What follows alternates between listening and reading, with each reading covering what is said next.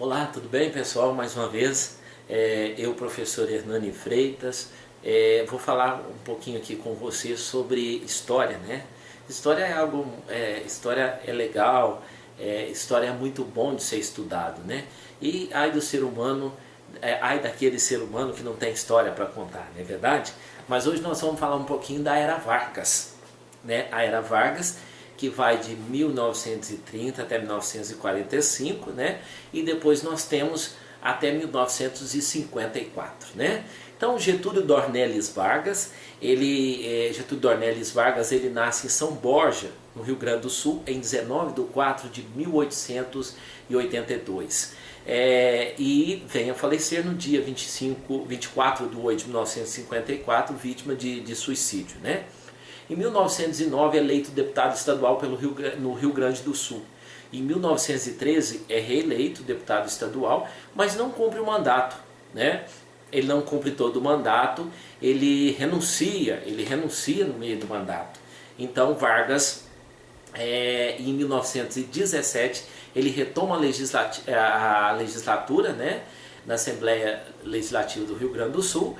Em 1917, em 1919 até em 1921 é reeleito novamente deputado estadual. Então ele tem uma experiência boa como político, né? 1924 a 1926 é eleito deputado federal. Ele vai para a Câmara Federal, né, nesse caso no Rio de Janeiro. Em 1928 a 1930, em 1926, ele torna-se ministro da Fazenda, né? Em 1928 a 1930 é governador do Rio Grande do Sul. De 1930 a 45, presidente do Brasil, de 51 a 54, reeleito presidente da República Federativa do Brasil, né? Getúlio Vargas é o presidente que mais tempo governou o país, durante 15 anos, né? E depois vindo o Fernando Henrique Cardoso com dois mandatos de 4 anos, 8 anos, Luiz Inácio Lula da Silva com também 8 anos, e a atual presidenta Dilma Rousseff, que governou 4 anos e foi reeleita recentemente, né? O governo provisório de Getúlio Vargas, ele assumiu o poder, ficou no poder até 1945, como eu já disse, sendo o presidente que mais tempo ficou no poder, durante 15 anos. Passou por diversas fases, né, De 1930 até 34, o chamado governo provisório, de 34 a 37, o chamado governo constitucional, e de 37 a 45, o chamado Estado Novo, a ditadura militar, né? No governo provisório, o candidato paulista Júlio Prestes, que no caso era a vez de Minas Gerais na política do café com leite, na República Velha, né? Então o presidente general Washington Luiz, em vez de apoiar o candidato de Minas Gerais, apoia o candidato do estado de São Paulo, acabando assim com a política do café com leite, o revezamento entre Minas Gerais e São Paulo, né? O leite de Minas Gerais e o café de São Paulo e as grandes oligarquias, o coronelismo, aquela coisa toda, né? Então, Júlio Prestes vence as eleições, mas quem leva é Getúlio Vargas, né? Nesse período é assassinado João Pessoa, no dia 24 de outubro de 1930, João Pessoa é assassinado, e nós temos essa crise, né? Nós não podemos esquecer de falar da crise de 1929, que dá um baque na cafeicultura brasileira e nas exportações brasileiras, né? Então, isso faz com que o governo fique um pouco desacreditado no Brasil. Então, Washington Luiz governa o Brasil de 1926 a 1930, né? E apoiado em 1930, apoiado pelos ministros militares. Em 30, eles dão um golpe de Estado. Em 30 de novembro, o governo é entregue a Getúlio Vargas, antes governado por uns 30 dias por uma junta militar, né? O governo provisório, quais são as realizações do governo provisório? Primeira coisa, Vargas suspendeu Vargas suspendeu a Constituição em vigor, fechou o Congresso Nacional e as Assembleias Estaduais e também as câmaras municipais. Nomeou pessoas de sua inteira confiança, os governos dos estados, né, os chamados interventores, ou seja, os tenentes. Né? Vargas não queria que os tenentes ficassem contra eles, então os tenentes apoiam Getúlio Vargas. Criou o Ministério da Educação e da Saúde, coisa que o brasileiro gosta até hoje. Né? Todo político, aquele que não promete melhorar a educação e a saúde, não ganha votos. Né? Depois fazia outros 500. Então, criou também o Ministério do Trabalho, da Indústria e Comércio. A CLT, consolidação das leis trabalhistas, mudando a jornada de trabalho de 8 horas, né, de 12 horas por dia para 8 horas, e com descanso, descanso semanais remunerada, férias anuais de 15 dias remuneradas e por aí vai. Né? Buscou substituir as importações, buscou isso na industrialização, melhorou a indústria do país. Então a gente pode dizer que Vargas começa a industrializar o país, ou que a indústria brasileira começa mesmo em 1930, né? Diferente da Europa, que começa lá em meados de 1800 e alguma coisa. Né? Vargas tinha um poder centralizador, preocupado com as questões trabalhistas. Não é à toa que Vargas vai ser chamado de pai do trabalhador. Né? Vargas dizia que enquanto os pobres estivessem do seu lado, ou a grande massa estivesse do seu lado, ele estaria no poder. E é o que acontece. Né? E essas questões trabalhistas assustam então a elite paulista, né? Os paulistas. Só que Vargas comete uma gafe nisso. Né? Vargas nomeia um interventor para São Paulo, do Nordeste, dizendo assim: eu estou acabando com a política, eu estou acabando com a elite paulista, né? Com a elite paulista que manda no poder.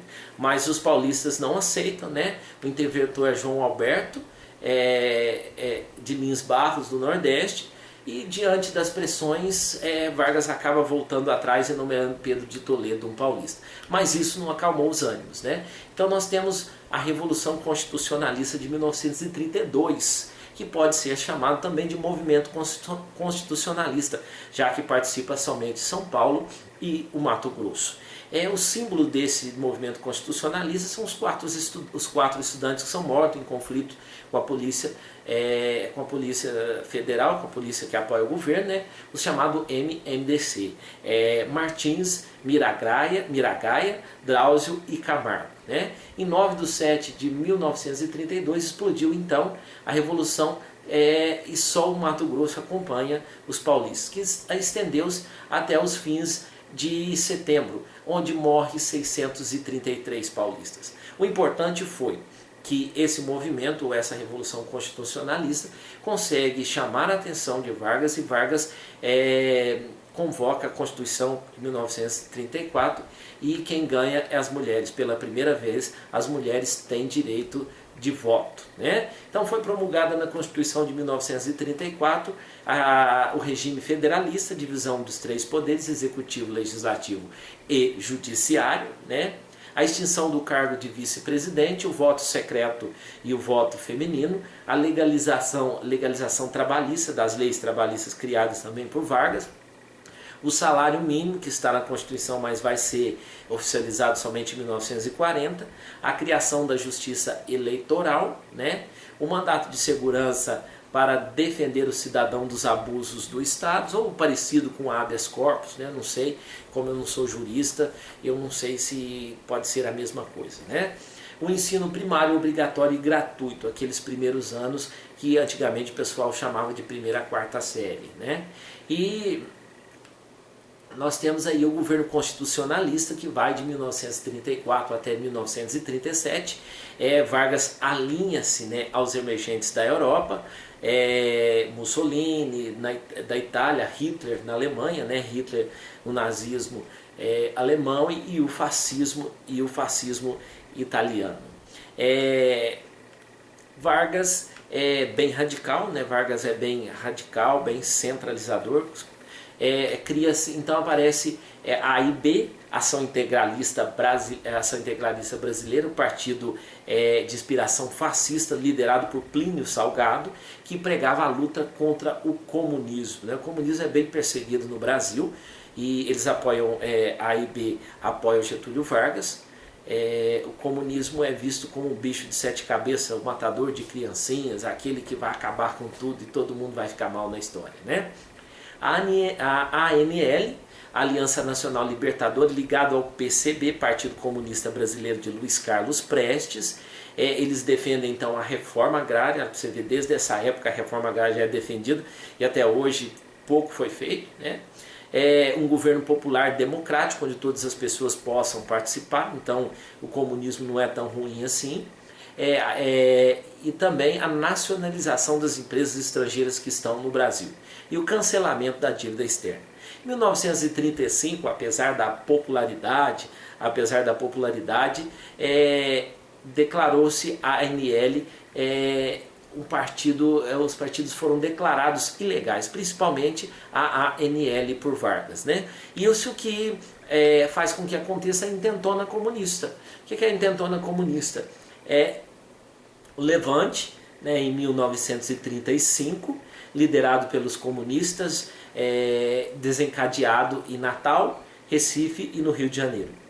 Vargas tinha um informante dentro desse movimento que faz Luiz Carlos Prestes acreditar que todos os quartéis militares, no ato que fosse feito o levante, ia pegar nas suas armas e ia lutar em prol da intentona comunista. Mas isso não acontece, então Getúlio Vargas sai vitorioso, né?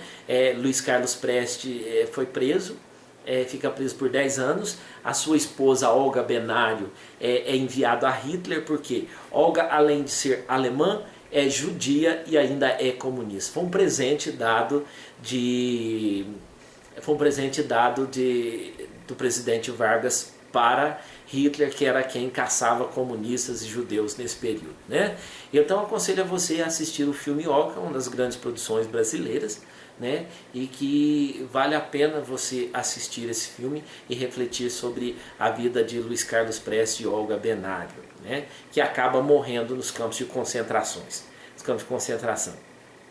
Ocorre em seguida o Plano Cohen, né? Em 1937, Vargas não quer deixar o poder, mas ele não pode fugir da Constituição brasileira. Então, Armando Salles candidata-se pelo Partido Constitucionalista, o Partido Integralista candidata-se Plínio Salgado, né? Vargas, não podendo desrespeitar, então anuncia um golpe, né? Anuncia um golpe que em 10 de 11 de 1937 as forças militares cercam e fecham o Congresso Nacional. Em cadeia de rádio, Vargas cancela as eleições e diz ao povo brasileiro, o povo brasileiro até apoia Vargas, diz ao povo brasileiro: eu descobri que os comunistas estão tentando tomar o poder, os comunistas vão soltar bombas na Assembleia Legislativa, os comunistas vão destruir as igrejas, os comunistas vão destruir a escola. Então fazer-se uma propaganda muito ruim do comunismo. E nada disso aconteceu. O Plano Cohen foi inventado por Vargas para que Vargas desse novamente um golpe de Estado e continuasse no poder, né? Então tem nisso o Estado Novo. O Estado Novo, que vai de 37 a 45, a chamada ditadura, né? O poder executivo centraliza todos os poderes na sua mão, sai de cena o legislativo e o judiciário, eliminando os poderes, né? A criação do DIP, departamento encarregado de propaganda, fazer propaganda de Hitler e perseguir aqueles que fazem propaganda ao contrário, né? E a censura, a nomeação de interventores para o Estado, a proibição de símbolos que não sejam símbolos nacionais, bandeiras nacionais e outros, né? A ampliação dos poderes de policiais estaduais, especialmente a polícia política comandada por Felinto Miller, né? Que justamente aqueles que estavam ao lado do governo que fizeram atrocidades, né? Nós sabemos disso. A política paternalista, né, levou a ser chamado de pai dos pobres, justamente por causa da CLT, né, consolidação das leis trabalhistas. Fez a modernização da economia, ampliação política, valorização do café. O café volta a ter um período muito bom no Brasil, inclusive hoje Minas Gerais continua sendo um grande produtor de café. A criação da CSN com dinheiro emprestado dos Estados Unidos, né, Companhia Siderúrgica Nacional, a Vale do Rio Doce e o início da indústria de base no Brasil, né. Mais para frente, em 1939 ele cria o Conselho Nacional do Petróleo e foi explorado o primeiro poço de petróleo na Bahia. Então a criação da Petrobras só acontece em 1953, né? O Brasil, na Segunda Guerra Mundial, em 1939, a Segunda Guerra Mundial começa em 1939 e vai até 1945. Né? Em 1942, pressionado pelos Estados Unidos, acaba o poder de barganha de Vargas com a Alemanha ou com os Estados Unidos. Ora Vargas apoiava um, ora Vargas apoiava o outro. E já que Vargas tinha uma simpatia muito grande por Hitler ou por Mussolini. Né? O Brasil declara guerra ao eixo, que era Itália, Alemanha e Japão, depois que 10 navios brasileiros são torpedeados por submarinos alemães. Criou a FEB, Força Expedicionárias Brasileiras, os chamados pracinhas, porque eram recolhidos nas cidades, nas praças das cidades, né? E liderados pelo Marechal Mascarenhas de Moraes, aproximadamente 20 e poucos mil homens vão à Itália, são enviados à Itália e ajuda na vitória dos aliados, da aliança, né? Ajuda na vitória contra o eixo. Mas muitos homens brasileiros morrem devido ao rigoroso frio, devido ao rigoroso inverno, que os pracinhas não estavam preparados, já que o Brasil é um país tropical. O interessante é que o Brasil lutava contra um ditador que era Mussolini, mas nós também tínhamos um ditador aqui dentro do nosso próprio país, que era Getúlio Vargas, né?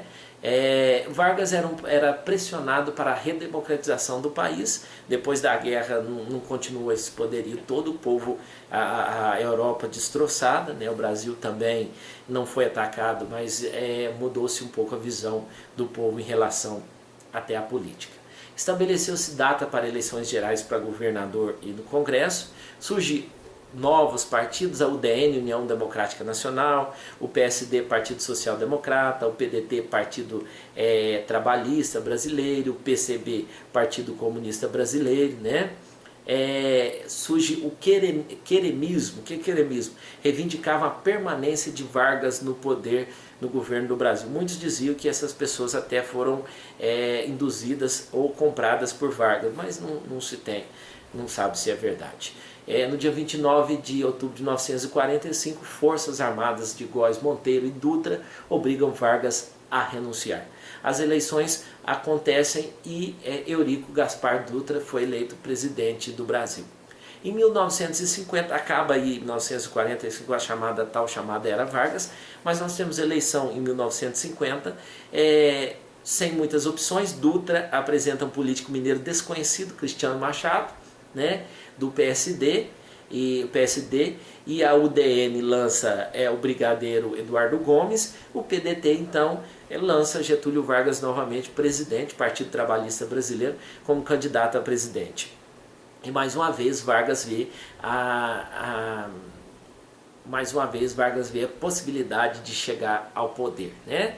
O cenário não era o mesmo de anos atrás, mas grande parte da população confirma que por 48% dos votos Vargas é reeleito presidente do Brasil.